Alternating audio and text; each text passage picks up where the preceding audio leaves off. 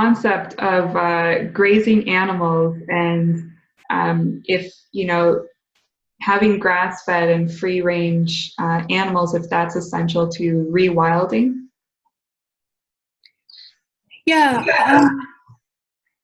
that's a very popular, idea these days. I mean, I guess I don't know if people are always so much interested in the rewilding aspect, so much as, just having a profitable farm that also is said to have benefits to the environment. So there's been, I think in the food movement, there's been a bit of a transition these past years where it used to be that, as you said at the beginning, there was this idea that if you want to have, your local sustainable system, of course it's going to have animals. That was sort of the idea. And I think maybe often an unconscious idea where that was just the image that we had of what a traditional farm would look like, that it would have a few cows and goats. And these past years, regenerative grazing has become more and more popular, and that's really taken over, for example, at environmental conferences, or a lot of people who are starting out, starting farms who are in their 20s, they really believe that this is something that they need to incorporate on their farm, and that this is going to be the solution to climate change. So that's why I say I'm not sure that most people are taking this as a way to rewild so much as to create like sustainable and profitable farms.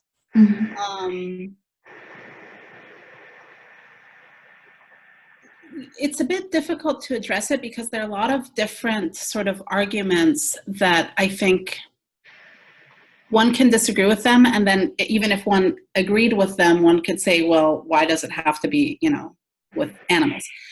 So what's a bit interesting is that the milpa system, as I said, is with corn and beans. And when agroecology started being more talked about in the academic world, more known, studies started being made. Some of the first studies were on the milpa system, which often the milpa system these days has, people do incorporate cows, but that's not sort of the basis of it. So we have a movement that's very much for this idea of like traditional agriculture, which is based on things like corn and beans in some places, and other places it's going to be based on like wheat, but not monoculture. A lot of the ideas these days around grazing are actually really based on the idea that growing annuals is inherently harmful. And that's the part that I think a lot of people sort of ignore, because it's very comforting to think, well, I need to graze animals and therefore I'm justified in eating my hamburger. But at the same time, with the hamburger, they're eating bread and not really listening to what this ideology is. And if we agree with it, then we should actually agree with it and not be growing annuals either. So a lot of the idea behind the regenerative grazing trend is that sort of annual agriculture has been the basis of civilization and has been the basis of, all the destruction that civilization has wrought, both social inequality, overuse of resources, and so on and so forth. To get more specific to the environmental argument, the idea is that animals fulfill a certain ecological function, and we can't have healthy ecosystems and by extension healthy sort of agricultural systems if we're not including animals in those systems. And so veganic is taken as being either impossible or just misguided and eventually not something that would be good for the soil. And specifically the focus these days is on soil, because soil is a carbon sink potentially, and so by building soil you can help bring carbon into the soil and store it there and get it out of the atmosphere. In the Bay Area where I live, that's a very popular idea. But when you start looking at the reality, you see that there's an image that isn't showing the whole picture. So for example, north of here, Marin County is an agricultural area where there's a lot of organic dairy.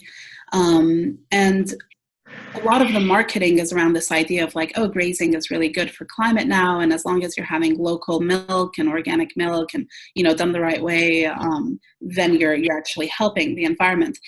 But where we live, there are native large herbivores that are being killed or left to die off because they're entering in competition with cows over who's eating the grass. So that's why I say there's different sort of arguments in different places where one might agree and disagree. There's this idea that we need these large grazing animals to build the soil. That's one area where we could agree or disagree. But the next one is, even if that's true, why are we killing the bison? Why are we killing the tule elk to make way for these animals? And then we see that it's really more of like a sort of propaganda that's kind of taken hold, and people aren't really looking into the details of it and how it might apply. So again, like this is an idea that sort of started because of studies in certain very specific grassland areas. In California, we didn't really have, the herds of bison, for example. But the argument that these people are making is absolutely valid. Like, we do need animals in our ecosystems. They do fulfill a certain function. They do help build the soil. But in California, we have the tule elk, but we also have plenty of smaller herbivores. It's not, there's this image of the herds of bison and we need to replace them with the cows, but that's not applicable everywhere. In California, we have gophers, we have, ground squirrels, or we have a lot of animals that do fulfill these functions. And so it doesn't follow that because we need animals in our ecosystems, that these animals are necessarily large herbivores, that large herbivores have necessarily disappeared. Often they are being killed today in 2019 to make way for cows, that cows are the best alternative, and so on and so forth.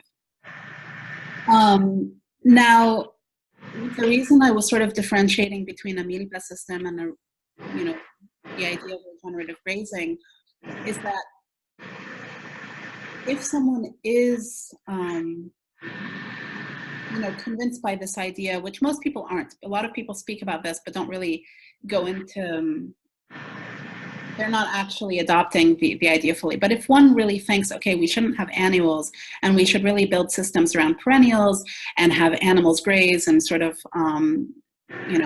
have cows there who would sort of be grazed in a manner that really, as closely as possible,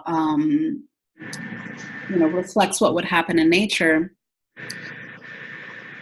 that could be a version of veganic. Mm-hmm. Many people aren't really interested in that necessarily anyway. They do want to eat bread and these sorts of things, and I'm not saying whether it's correct or not. I'm just saying that there are people who, in a veganic way, are trying to follow that model as well, and who do want to limit the annuals that they're growing and focus on perennials. And in that system, the sort of the animal function would be wild animals. How do you build a system around wild animals? And then some people are thinking about, well, if they have a farm sanctuary, they should learn from what the regenerative grazing people are saying to have a farm sanctuary that is as, sustainable as possible, where those animals are sort of integrated in a system like that. And I think that raises a good question, because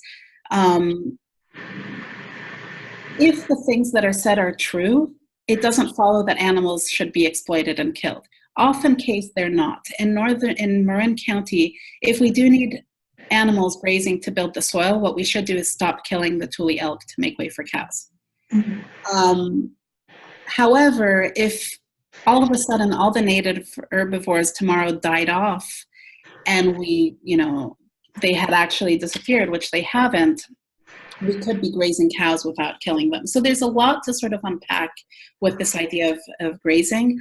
And often it's not really about rewilding. And Pointerre's rewilding basically would mean, this is what our local environmentalist organizations are fighting for, rewilding would mean that you get the dairy farms out and you let the native animals live there. Right. That's what wilding would look like. Mm-hmm. The dairy farms are fighting against that, and they are using the regenerative grazing discourse to say we're helping fight climate change. Mm-hmm. But without getting into necessarily whether one needs, an annual-based system, whether we want milpas and so on, or whether, the more perennial system, a transition to veganic farming, regardless, would allow to free up a lot of land. Mm-hmm. And that could be used to rewild. So one question is, when we're talking about like 3 acres, what are we doing on those 3 acres? But then the other question is, how can we just actually free up land and use less land to grow our own food? And so by doing away with grazing, animal agriculture, so on, we could just diminish the amount of space we're taking and actually rewild other spaces. And if there were, if in Yellowstone Park, let's say there weren't bison, there are bison, but let's say hypothetically there weren't, why not introduce bison there and just let them graze without making it into a profitable farming enterprise? I don't know if that sort of... Yeah, no, that's great, and I think it's interesting to know. I don't know if the numbers have changed recently, but it looks like now 60% of the mammals on the planet are livestock. They're bred for livestock to be killed, and 36% are human, and only 4% are wild. And right now, we're in the sixth mass extinction in human history since the dinosaurs, because we're killing off, like you were saying, people are killing off all of these wild species, either through habitat destruction, to have grazing animals, or to put the farms, or to grow the feed for livestock. And it's just on a massive scale that we aren't really quite aware of. Yeah, I mean, so I think what gets a bit difficult, where different parties are not really necessarily able to see eye to eye in these conversations, is that it's become more and more clear that animal agriculture has a host of negative impacts, that it plays a strong role in climate change, wildlife loss, biodiversity loss, etc.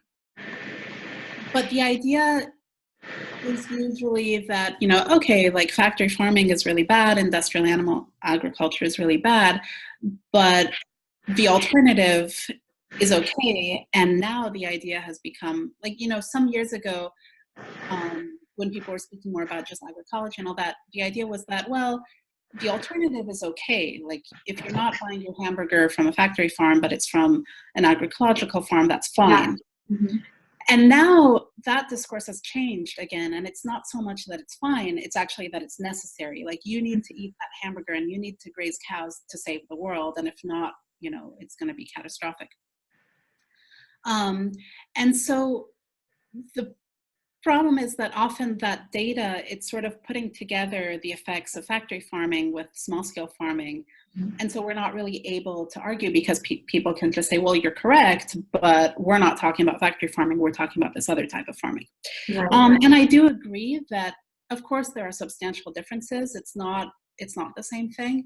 But when we're talking about wildlife loss, it's important to remember that in North America, these farm animals are not native animals, and so they've come fairly recently.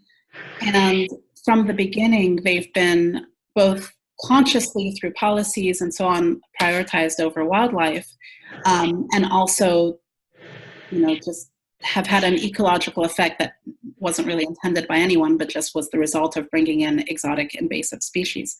And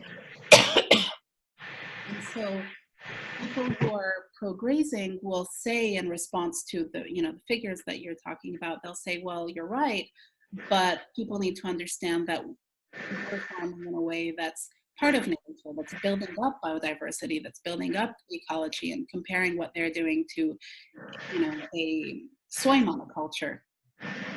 But I don't think that the comparison should be with a soy monoculture. I think we should compare apples and apples, basically. Like, if we're talking about an industrial system, let's compare plant and animal in an industrial system. And if we're talking about an agroecological system, plant and animal within that system. And so, yes, a soy monoculture is also a problem, but this sort of idyllic grazing, that is supposedly traditional, has been causing issues. And one of them is just that both ranchers and wildlife services kill a lot of predators, so that's one way they're lost, but it's also through more indirect ways, competition over water, habitat, etc. And so, yes, it is different from factory farming, but this problem has actually existed before factory farming existed, before we had companies like Monsanto. Like, it's just been the nature of bringing these animals here and making farming such a big part of the colonial project, basically.